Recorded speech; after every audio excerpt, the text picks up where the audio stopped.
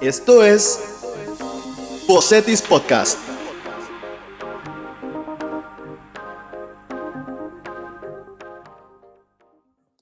Bienvenido a Bocetis Podcast. Estamos aquí de nuevo en otra transmisión. Mi nombre es Jesús Perea, de quinto semestre del Bachillerato Internacional, y el día de hoy tenemos a la nueva y estrenada Cetis Ambassador.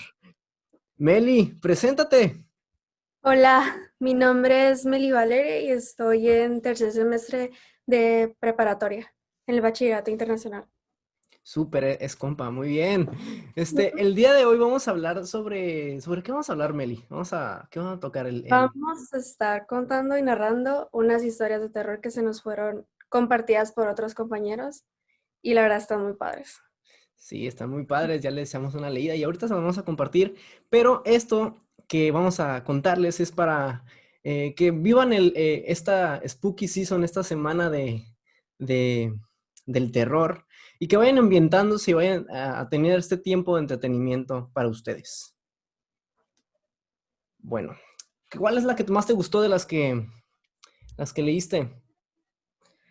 Pues, wow, nos enviaron bastantes, pero de las que más me gustaron fueron dos en particular.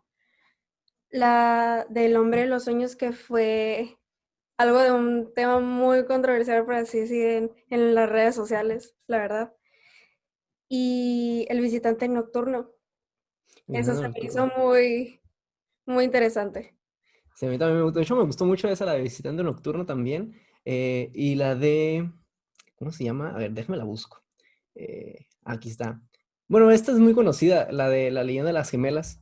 Me Ujú. gusta por el final que tiene. Pero, ¿qué tal si se las contamos? Ahorita estamos hablando tú y yo porque ya la leímos, ¿no? Igual y ya las conocen algunos, igual y no. Pero pues, ¿qué tal si se las contamos? Estaría ¿Cuál súper. empezamos? El de las gemelas estaría bien. Las gemelas. ¿Se las cuenta tú o se las cuento yo? Yo, estaría bien. Bueno, Sale. esa historia se llama La leyenda de las gemelas. Y así empieza. Les preparó el almuerzo y salieron a la calle apresuradas. Como cada día, llevaba a sus hijas gemelas al colegio. Caminaban tarareando una canción y cogidas de la mano cuando el teléfono sonó desde su bolso. Era del trabajo, respondió rápidamente y su interlocutor le pidió que acudiera de inmediato a la oficina. Había ocurrido algo grave, así que decidió que las niñas continuaran solas. Conocían bien el camino. Las besó en la frente y emprendió la ruta de vuelta. Solo dio 20 pasos. A sus espaldas, el ruido de un fuerte golpe seguido de un frenazo hizo que volteara la cabeza con una expresión de horror en el rostro. Los cuerpos de las dos pequeñas yacían inertes bajo un camión. Todavía estaban cogidas de la mano. La mujer se sumió en una profunda depresión de la que consiguió salir con un nuevo embarazo. Por ironía del destino, en su vientre estaban cobrando vida dos niñas gemelas. Cuando dio a luz, el asombro pareció con sus hijas fallecidas sorprendió a más de un vecino. A medida que las pequeñas crecían, la madre se volvió más y más protectora. Le aterrorizaba la idea de que pudiera perderlas. Un día, de camino al colegio, las hermanas se adelantaron y corrían ante la atenta mirada de la mujer. En cuanto pusieron un pie en el asfalto, una férrea mano las detuvo con brusquedad. Entre sollozos desconsolados, su madre les rogó que no cruzaran nunca sin su permiso. No pensábamos en hacerlo. Ya nos atropellaron una vez, mamá, no volverá a ocurrir. Desde entonces, algunos viajeros aseguran que al pasar por ese tramo, unas interferencias se cuelan en la radio y se oye una misteriosa melodía, el tarareo de unas niñas. Uy, uy, uy. O sea, se me puso los pelos de punta. Ay, no. Es la segunda vez que la escucho y me pasó lo mismo. Se me enchinó la piel. Sí. Ay, Dios. Qué loco. Ni sé qué decir. Bueno, Te lo imaginas y te da así como que, uy. no, y lo que pasa es que yo no soy mucho de cosas de miedo. La verdad que soy mucho no sé, diferentes cosas, pero no soy tanto de miedo, pero pues igual es como que cuando lees, porque pues, la lectura es increíble, pues, y te avientas una o dos y dices, ay, Dios. ¿Y qué tal? Bueno, ¿cuál, cuál sería muy bueno, sería buena para que yo contara? ¿Cuál? ¿Qué dices? ¿Visitante nocturno? ¿El hombre? El visitante nocturno. ¿Visitante nocturno? ¿Lo echamos? Perfecto. Pues ahorita le damos. Va. Ok. El, eh, la historia se llama El visitante nocturno y empieza así. Leonor se mudaba de nuevo. A su madre le encantaba la restauración, así que su predilección por las casas antiguas empujaba a la familia a llevar una vida más bien nómada. Era la primera noche que dormían ahí, y como siempre, su madre le había dejado una pequeña bombilla encendida para espantar todos sus miedos. Cada vez que se cambiaba de casa, le costaba conciliar el sueño. La primera noche apenas durmió. El crujir de las ventanas y del parque la despertaba continuamente. Pasaron 3 días, más hasta que empezó a acostumbrarse a los ruidos y descansó del tirón. Una semana después, en una noche fría, un fuerte estruendo la sobresaltó. Había tormenta y la ventana se había abierto de par en par por el fuerte vendaval. Presionó el interruptor de la luz, pero no se encendió. El ruido volvió a sonar, esta vez desde el otro extremo de la habitación. Se levantó corriendo y con la palma de la mano extendida sobre la pared empezó a caminar en busca de su madre. Estaba completamente a oscuras. A los 2 pasos, su mano chocó contra algo. Lo palpó y se estremeció al momento. Era un mechón de pelo. Atemorizada, un relámpago iluminó la estancia y vio a un niño de su misma estatura frente a ella. Arrancó a correr por el pasillo, gritando, hasta que se topó con su madre. ¿Tú también lo has visto?, le preguntó. Sin ni siquiera preparar el equipaje, salieron pitando de la casa. Volvieron al amanecer, tiritando y con las ropas mojadas. Se encontraron todo tal y como lo habían dejado, menos el espejo de la habitación de la niña. Una palabra estaba escrita sobre ella. Un mechón de pelo colgaba de una de las esquinas y la palabra ¡fuera! Estaba grabada en el vidrio. La familia se mudó de manera definitiva para dejar atrás aquella pesadilla. Leonor había empezado a ir a un nuevo colegio y tenía nuevos amigos. Un día, la profesora de castellano le repartió unos periódicos antiguos para una actividad. La niña abogó un grito cuando, en una de las portadas, vio al mismo niño una vez más. Bajo un titular, aparece muerto un menor con extrañas circunstancias. En extrañas circunstancias.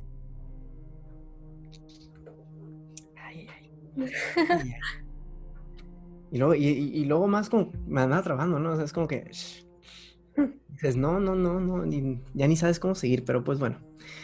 Ay, ay, ay. Esa fue la que más me gustó. La otra ya la había escuchado. ¿Tú las habías escuchado las otras? Había escuchado sobre el visitante y la de las gemelas, pero esa en particular no, la que acabas de leer. Ok. No, yo la única que había escuchado pues es la clásica de las muñecas. Mm. eh, la leyenda de las gemelas, que pues fue la que leíste. Y la chica de la curva. Pero de ahí en fuera, no, nada. No soy mucho, como te digo, no soy mucho de estar leyendo cosas de terror. De hecho, estas creo que las leí en la escuela. Pero no nomás. ¿Qué dices? ¿Qué opinas? Pues la verdad a mí siempre me han dado como miedo porque estoy mucho de imaginar todo cuando estoy leyendo y pues sí te da como escalofríos, sí. Llega un punto que sí te da miedo.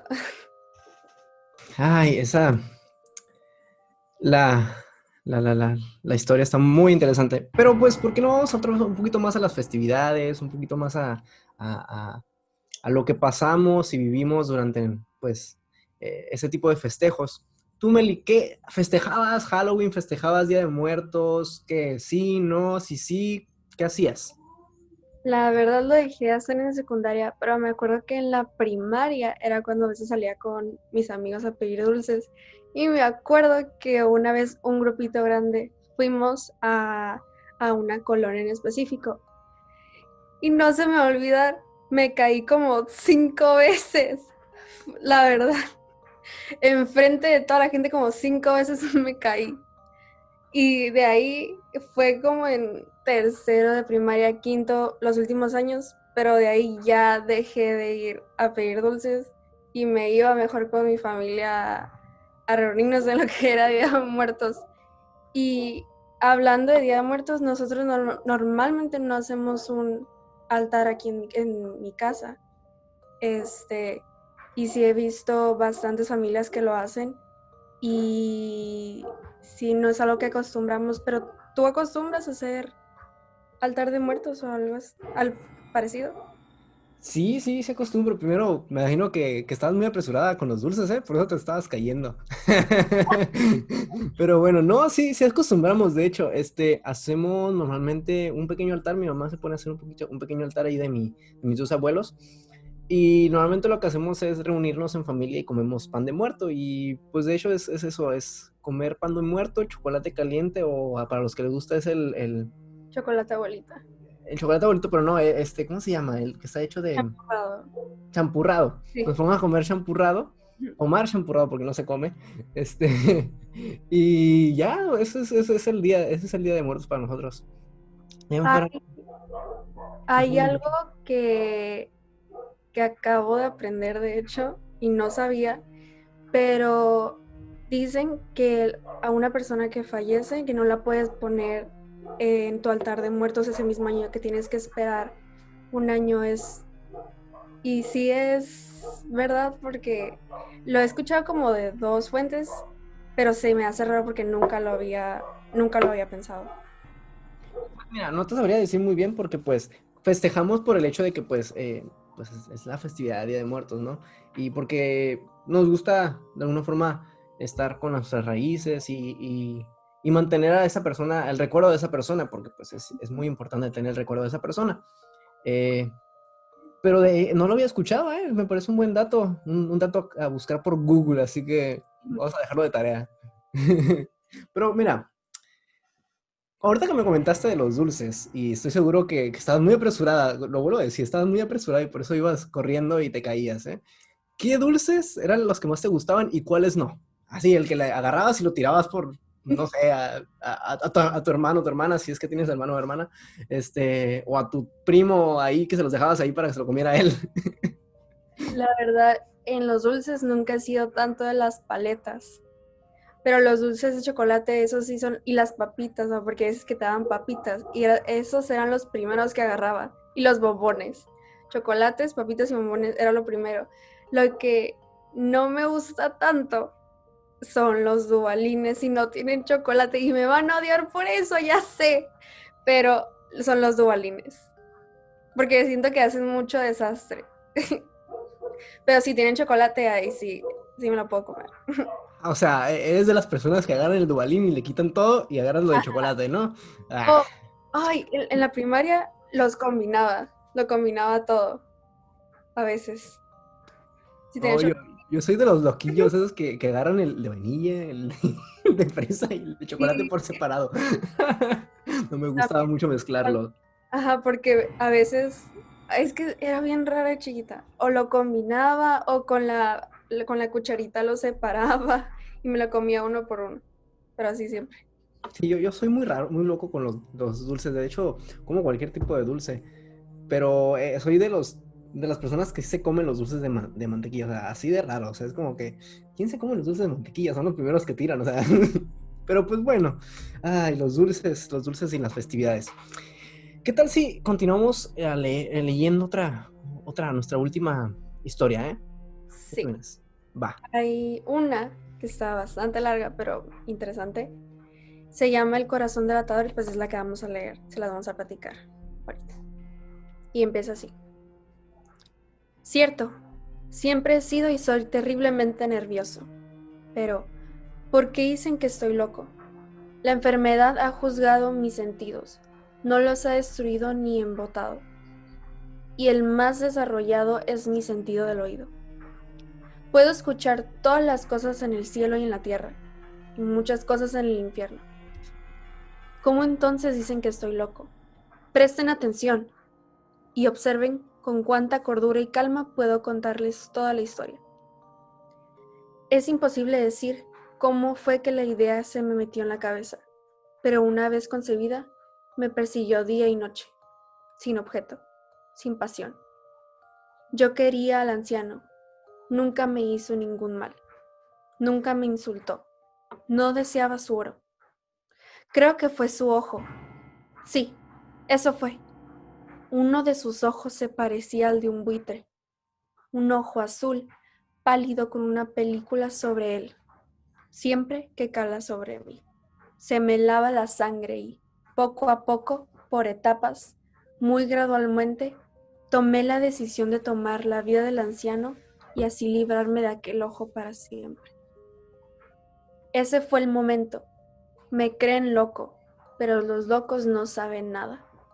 Me hubieran visto con cuánta inteligencia procedí, con cuánta cautela, con previsión y disimulo puse manos a la obra. Nunca me comporté más amable con el viejo que durante toda la semana antes de matarlo. Y cada noche, cerca de las 12, hacía girar el picaporte de su puerta y la abría.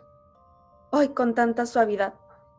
Y luego, cuando había abierto lo suficiente para asomar la cabeza, metía una linterna oscurecida, cerrada, de modo que nada de luz asomara afuera, y luego metía la cabeza. ¡Ah!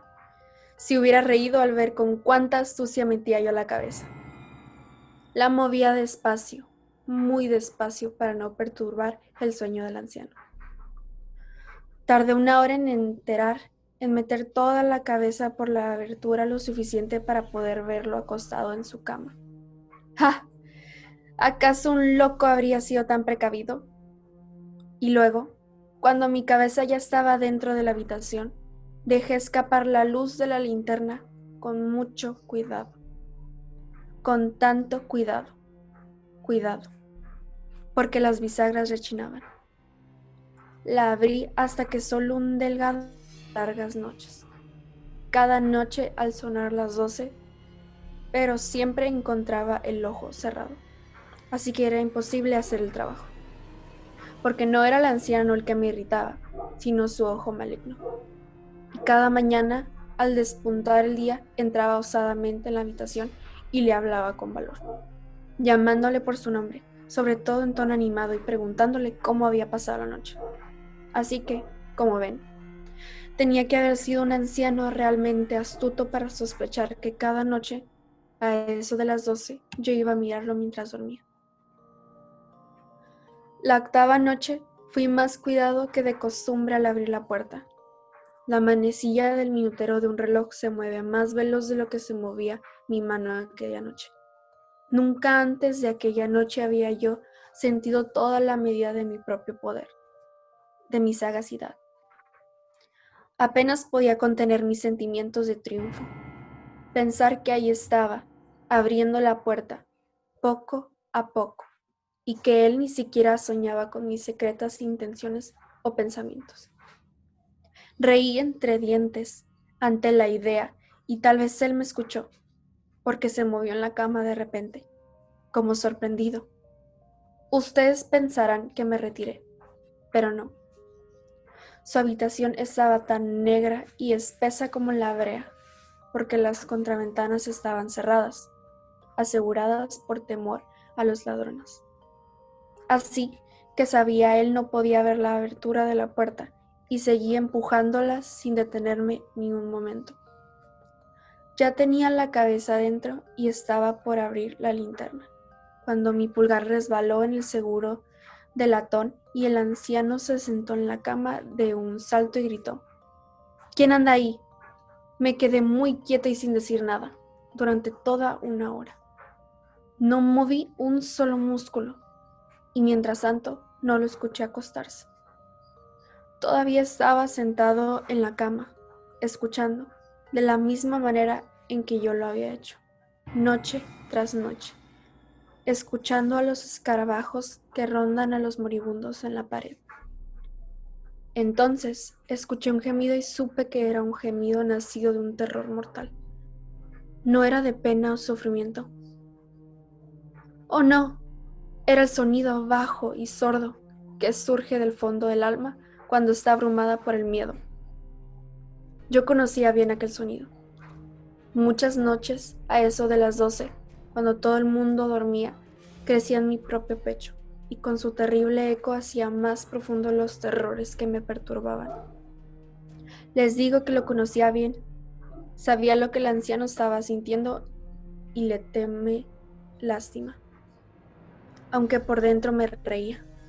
Sabía que había estado acostado, despierto, desde el primer ligero ruido, cuando se había dado vuelta en la cama. Desde aquel momento, sus temores habían ido creciendo en él. Había estado tratando de convencerse de que no tenía nada que temer, pero no lo lograba. Se había estado diciendo a sí mismo, no es más que el viento en la chimenea, es un ratón que pasó corriendo, o es solo un grillo que hizo un ruido aislado. Sí, había estado tratando de reconfortarse con aquellas suposiciones, pero todo había sido en vano, todo en vano, porque la muerte, al acercarse a él, lo había acechado con su negra sombra y había envuelto a su víctima.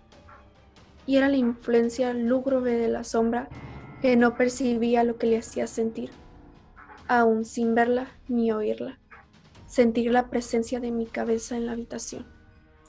Cuando ya llevaba mucho tiempo esperando, con mucha paciencia, y sin haber escuchado que se acostara, decidí abrir un poco, muy, pero muy poco, la rendija de la linterna. Y eso fue lo que hice. No se imaginan con cuánto cuidado, hasta que por fin un solo y tenue rayo, como el hilo de una araña, salió de la rendija y cayó sobre el ojo del buitre. Estaba abierto, muy abierto. Me puso furioso al verlo. Lo vi con perfecta claridad, opaco y azul, con un espantoso velo sobre él, que me helaba hasta la médula de los huesos, pero no pude ver nada más de la cara o el cuerpo del anciano, porque tenía dirigido el rayo, como por instinto, justo sobre el maldito punto. ¿Recuerdan que les dije que que lo toman por locura no es sino una excesiva agudeza de los sentidos? Pues les digo que en ese momento llegó a mis oídos un sonido rápido, bajo, apagado, como el que hace un reloj cuando está envuelto en el algodón. Conocen muy bien ese sonido. Eran los latidos del corazón del anciano, y el sonido incrementó mi furia, de la misma manera en el que el tambor estimula el valor en los soldados. Sin embargo, me mantuve quieto. Apenas respiraba, sostenía la linterna, inmóvil. Probé a ver con cuánta firmeza podía mantener el rayo sobre el ojo. Mientras tanto, el espantoso retumbar del corazón se incrementó. Se hacía más y más y más y más fuerte a cada instante. El terror del anciano debía ser tremendo, y se hizo más fuerte, se lo aseguro, más fuerte cada momento. ¿Me comprenden? Les he dicho que soy nervioso y es la verdad. Y entonces, a esa hora aciaga de la noche, en el espantoso silencio de la vieja casa, un sonido tan extraño como este me provocó un terror incontrolable. Aún así, durante algunos minutos más, me contuve y me quedé quieto. Pero el latido se hacía más y más fuerte. Pensé que el corazón le iba a estallar. Y ahora, una nueva ansiedad se apoderó de mí. El vecino escuchará el ruido. La hora del anciano había llegado. Con un fuerte grito, descubrí de golpe la linterna y salté a la habitación. Él gimió una vez, solo una vez. En un instante lo arrastré al suelo y volqué sobre él la pesada cama. Luego sonreí con alegría al ver que el asunto estaba concluido. Pero durante varios minutos el corazón latió con un sonido apagado. Sin embargo, aquello no me molestó. No lo podía escuchar a través de la pared. Por fin se detuvo. El anciano estaba muerto. Levanté la cama y examiné el cadáver. Estaba muerto, bien muerto. Puse la mano sobre el corazón y la mantuve ahí varios minutos. Noté no tenía pulso. Estaba completamente muerto. Su ojo no me molestaría más. Si todavía creen que estoy loco, dejarán de pensarlo cuando describa las sabias precauciones que tomé para ocultar el cuerpo. La noche terminaba, así que trabajé rápido, pero en silencio. Quité 3 tablones del piso de la habitación y los escondí debajo. Luego volví a colocar los tablones con tanta astucia y precisión que ningún ojo humano, ni siquiera el suyo, podría haber detectado nada. No había nada que lavar, ninguna mancha, nada de sangre. Había tenido buen cuidado de eso. Cuando terminé con todo aquel trabajo, eran las 4 en punto. Todavía estaba tan oscuro como a la medianoche, cuando la campana dio la hora. Se oyó que llegaba a la puerta desde la calle. Llamaban a la puerta desde la calle. Fui a abrir con el corazón alegre. ¿Por qué? ¿Qué tenía ahora que temer? Entonces entraron 3 hombres, que se presentaron a sí mismos, con mucha educación, como oficiales de la policía. Un vecino había escuchado un grito durante la noche. Sospechó entonces que había ocurrido un crimen e informó a la policía. Y ellos, los oficiales, habían sido enviados a revisar el lugar. Sonreí, porque ¿qué tenía que temer? Les di la bienvenida a los caballeros. Él gritó. Expliqué. Expliqué. Lo había emitido yo mismo en un sueño. El anciano, mencioné, se había marchado al campo. Llevé a los visitantes por toda la casa. Les pedí que buscaran bien. A su tiempo, los conduje hasta su habitación. Les mostré sus tesoros, seguros, sin haber sido tocados. En el entusiasmo de mi propia confianza, llevé unas sillas a la habitación y les pedí que descansaran ahí un momento, mientras yo, en la loca audacia ante mi perfecto triunfo, ponía mi propio asiento en el punto mismo en el que reposaba el cadáver de mi víctima.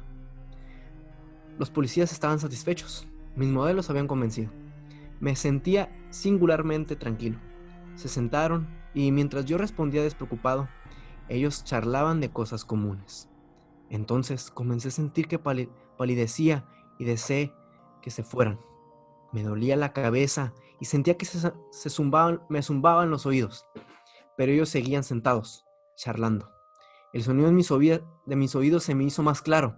Comencé a hablar más libremente para librarme de aquella sensación, pero no se detuvo y se hizo más definitivo, hasta que por fin me di cuenta que el ruido no estaba en mis oídos. Sin duda, en aquel momento me puse muy pálido. Seguí charlando, con más rapidez y más alto, pero el sonido se incrementó. ¿Qué podía ser? Era un sonido bajo, seco, rápido, muy parecido al sonido que hace un reloj cuando estaba envuelto en algodón. Tomé el aliento. Los policías no lo escuchaban. Hablé con más rapidez y vehemencia, pero el ruido siguió aumentando. Me levanté y discutí tonterías, con voz aguda y violentas gesticulaciones. El ruido siguió aumentando. ¿Por qué no se marchaban? Caminé de un lado al otro de la habitación, dando pesadas zancadas, como si las observaciones de los hombres me enfurecieran, pero el ruido seguía incrementándose. ¡Oh Dios! ¿Qué podía yo hacer? Eché espuma por la boca enfurecido, maldije y desvarié. Me balanceé en la silla en la que me había sentado, raspando con ella las tablas del suelo.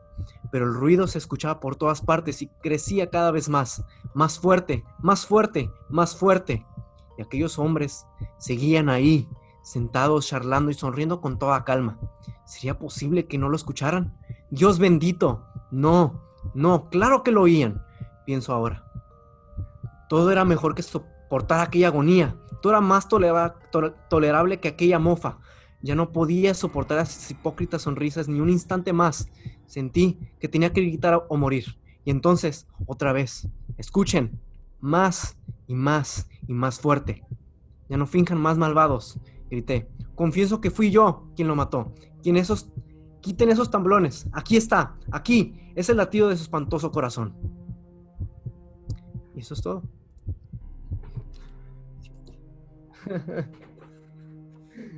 Ay, está intenso, Edgar Allan Poe sí se esmera mucho con sus comas. Bueno, se esmeraba porque pues ya como que hace mucho que ya no sé qué. Se esmeraba mucho con sus comas. Oh, bueno, es que, bueno, podría estar aquí, ¿verdad? Porque pues es como que dicen que la literatura es universal y es para siempre, entonces las letras no se borran. Sí. Entonces, pues, ay, estuvieron interesantes las historias de hoy. Creo que me divertí mucho platicando contigo, Meli. Qué bueno Gracias. que Igual. pues, aquí estás en tu primer podcast y la verdad que espero te hayas divertido conmigo. Bastante. Y pues espero que también los que nos están escuchando ahorita, espero que tú que nos estás escuchando te hayas divertido también con nosotros. Y pues nada, este es Bocetis Podcast. Mi nombre es Jesús Perea Y Meli Valeria. y nos vemos hasta otro Bocetis Podcast. Bye bye. Bye.